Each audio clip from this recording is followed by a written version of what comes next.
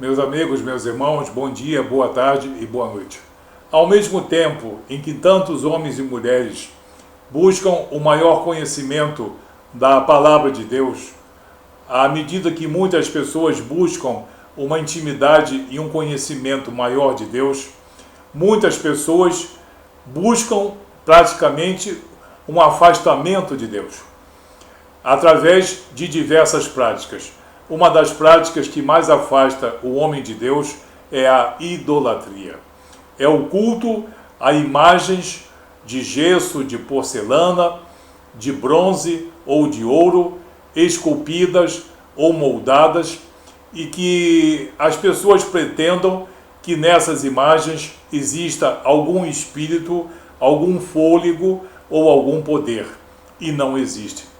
Não existe nenhum fôlego, nenhum poder nessas imagens, que nada mais são moldagens de gesso, porcelana, barro, esculpidas em madeira ou em qualquer outro material, pretendendo representar algum poder que possa ser compartilhado também com Deus.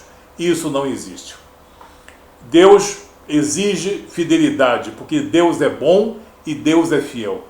Mas Deus exige do seu povo fidelidade. É necessário que nós tenhamos fidelidade a Deus, fidelidade à sua palavra, à sua vontade, aos seus princípios, às escrituras sagradas, ao Santo Espírito de Deus. A idolatria é um ato de infidelidade, é um ato de verdadeiro adultério, como acontece muitas vezes entre o esposo e a esposa. É uma manifestação do desconhecimento de Deus, é uma falta de intimidade com Deus. Porque quem não conhece e não tem intimidade, não pode saber do que a pessoa gosta ou o que a pessoa repudia. O pecado da idolatria, ele se manifesta muito precocemente na vida do homem, e ele é citado durante a queda do homem, lá em Gênesis capítulo 3, versículos 22, 23 e 24, quando o homem e a mulher experimentaram da árvore do conhecimento do bem e do mal. E, no caso, comendo o fruto proibido, o fruto do conhecimento do bem e do mal, deixaram de ser inocentes para ser responsabilizáveis pelos seus atos.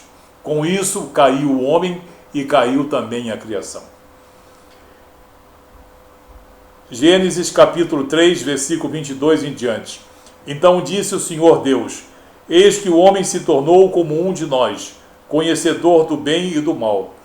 Assim que não estenda a mão, e tome também da árvore da vida, e coma, e viva eternamente. O Senhor Deus, por isso, o lançou fora do jardim do Éden, a fim de lavrar a terra de que fora tomado.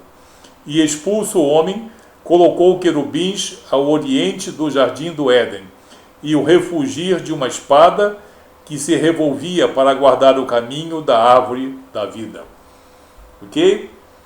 Então, o homem quer conhecer o bem e o mal, desobedecendo a Deus, e ser autossuficiente. Muito bem, vai pagar um preço por isso.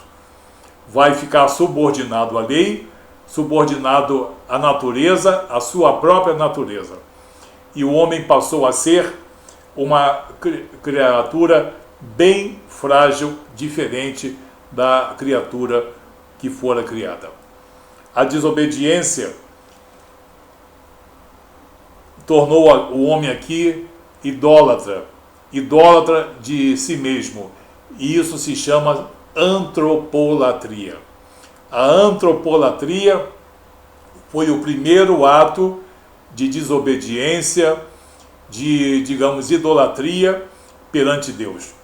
Quando o homem desobedeceu a Deus, pretendendo ser igual a Deus e pretendendo saber lidar com o bem e o mal tão bem como o seu Deus.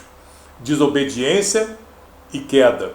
Queda do homem e queda também de toda a criação. Nós temos uma menção também, uma admoestação séria, aqui no livro de Levítico, no capítulo 26, no versículo 1, em que Deus fala: não fareis para vós outros ídolos, nem vos levantarei imagens de escultura, nem coluna, nem poreis pedras com figura na vossa terra, para vos inclinardes a ela, porque eu sou o Senhor vosso Deus. Porque eu sou o Senhor vosso Deus. Nós vimos então que o ato da idolatria é uma tentativa de dividir a honra e a glória de Deus. E é também um ato de desconhecimento de Deus. Vamos ver como Deus fala pela boca do profeta Oséias, no capítulo 6. No capítulo 4, versículo 6. Oséias, capítulo 4, versículo 6. O que diz o profeta? O meu povo está sendo destruído porque lhe falta o conhecimento. Quer dizer, o meu povo está, no caso, decaindo porque lhe falta o conhecimento. Conhecimento com intimidade. É o chamado dahat. É conhecer a pessoa amada, a pessoa que lhe é fiel, e conhecer tudo aquilo que ela gosta e tudo aquilo que ela detesta. Esse conhecimento aqui não se trata de cultura, não se trata de, digamos, informação técnico-científica. Trata-se de conhecer a vontade de Deus, o que Deus gosta e o que Deus não gosta. Quando se ama uma pessoa, a gente sabe exatamente o que é que essa pessoa gosta e o que essa pessoa não gosta. Se nós compreendemos isso muito bem no campo interpessoal, vamos ter que, no caso, compreender muito melhor no campo espiritual, no nosso relacionamento com Deus. Também o profeta Jeremias tem uma certa advertência. Jeremias capítulo 2, versículos 11, 12 e 13. O que diz aqui em Jeremias capítulo 2? Houve alguma nação que trocasse os seus deuses, postos que não eram deuses? Todavia o meu povo trocou a sua glória por aquilo que não é, que é de nenhum proveito. Espantai-vos disso, ó céus, e horrorizai-vos. Espantai-vos disso, ó céus, e horrorizai-vos. Ficai estupefatos, diz o Senhor. É o Senhor que diz: ficai estupefatos. Porque dois males cometeu o meu povo. A mim me deixaram o manancial de águas vivas, e cavaram cisternas rotas que não retêm as águas. Deus está falando aqui: eu sou a glória desse povo, eu sou a fonte de águas vivas. Ele está falando no sentido de sustento espiritual. Eu sou a fonte de águas vivas, pura, cristalina, que mantém a vida, uma água que se renova a cada momento e que se eterniza em cada momento. Eu sou a fonte de águas vivas, mas esse povo me deixou a fonte de águas vivas e foi tomar água aonde? Em cisternas rotas que não retêm a água. Quando eles precisam beber água, a água se foi pelo subsolo, porque são cisternas rotas. E quando conseguem beber alguma água, é uma água de gosto ruim e cheia de impurezas. Fica bem claro, nós compreendemos o que Deus acha do pecado da idolatria. Quando ele, a fonte de águas vivas, é trocada por cisternas rotas, representadas aqui por pressupostos outros deuses que não são deuses, por pressupostos espíritos que são, na verdade, demônios. Então, fica bastante claro. Nós temos essa condenação também da idolatria no livro do profeta Isaías, no capítulo 42, nos versículos 8 e nos versículos 17. O que diz Deus através da boca do profeta Isaías quanto à idolatria? No versículo 8: Eu sou o Senhor, este é o meu nome, a minha glória, pois, não a darei a outrem, nem a minha honra darei às imagens de escultura. E no versículo 17: Tornarão atrás e confundir-se-ão de vergonha os que confiam em imagens de escultura e as imagens de fundição, dizendo: Vós sois nossos deuses. As pessoas, quando não dizem isso com a própria boca, dizem isso com o seu coração ou com o seu discernimento. Isso é o preço alto da idolatria. Deus condena veementemente nas Escrituras Sagradas as atitudes idólatras. Toda vez, sob qualquer pretexto, que o homem ou a mulher, por mais devoto que seja, por mais fiel que pense ser, se ache no direito de dividir a honra ou a glória de Deus com imagens de gesso, porcelana ou escultura, existe condenação nas Escrituras. E isso é de conhecimento público, é de domínio público, é documentação irrefutável. Muito bem. Além dessa condenação, no profeta Isaías, nós temos aqui, principalmente nesses dois salmos, o Salmo 115 e o Salmo 135. O que nós temos no Salmo 115? São duas passagens muito parecidas. As duas, no caso, condenam a idolatria. O Salmo 115 fala das honras somente a Deus. Honras somente a Deus. O que diz o Salmo 115, dos versículos 4 ao versículo 8? Prata e ouro são os ídolos deles, obras da mão de homens. Têm boca e não falam, têm olhos e não veem, têm ouvidos e não ouvem, têm nariz e não cheiram, suas mãos não apalpam, seus pés não andam, som nenhum lhes sai da garganta. Som nenhum lhes sai da garganta. Tornem-se semelhantes a eles os que o fazem e todos aqueles quanto neles confiam. Se eles fazem esses ídolos e confiam esses ídolos, eles se tornem também pessoas que têm boca e não falam, têm olhos e não veem, têm ouvidos e não ouvem, têm nariz e não cheiram, e tenham mãos que não apalpem, etc. Muito bem. Condenação veemente à idolatria, ao culto a ídolos, a imagens e às esculturas. Assim diz o Senhor nas Escrituras Sagradas. No Salmo 135, nós temos uma ênfase aqui nos versos 15 a 18. O que diz a partir do verso 15?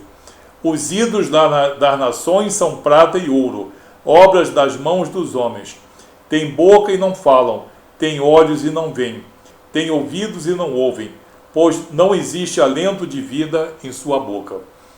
Como eles se tornam os que o fazem e todos os que nele confiam. O que Deus está querendo dizer? Quando as pessoas deixam a minha presença e o meu nome e buscam a presença desses ídolos, que são apenas instrumentos sem vida e sem fôlego, essas pessoas se tornam também pessoas sem vida espiritual, sem fôlego, sem o pneuma, sem o ruá. São pessoas já mortas espiritualmente. Por isso, muitas pessoas não têm noção da gravidade do pecado da idolatria.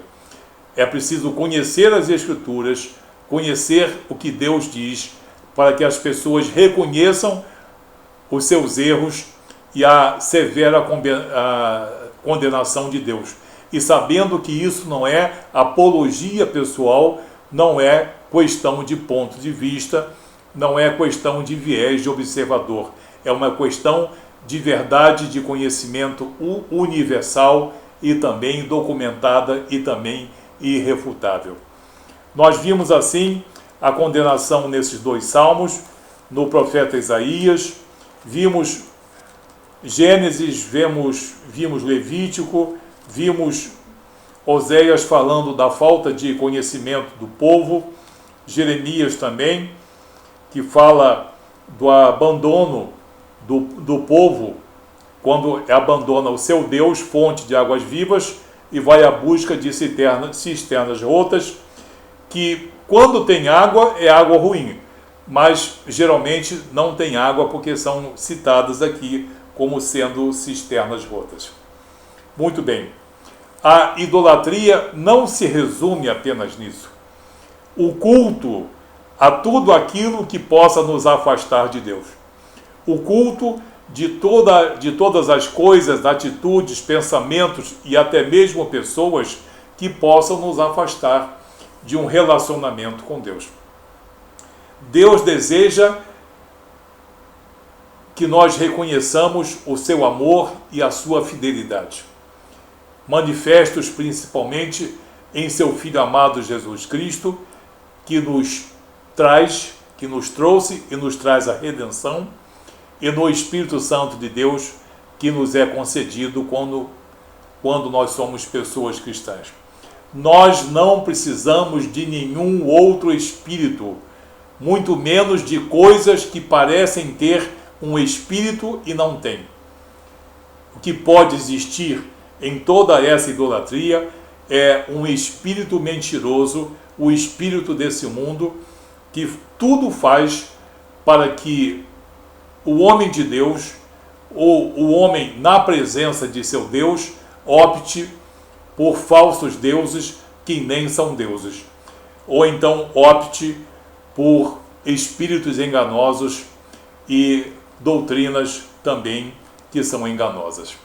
Que Deus abençoe você, que você receba essa mensagem de bom grado, que ela seja também um respaldo para nós não somente evitarmos toda sorte de idolatria, como também conduzirmos devidamente as pessoas no caminho do acerto. Que Deus abençoe você, receba de bom grado, em nome de Jesus.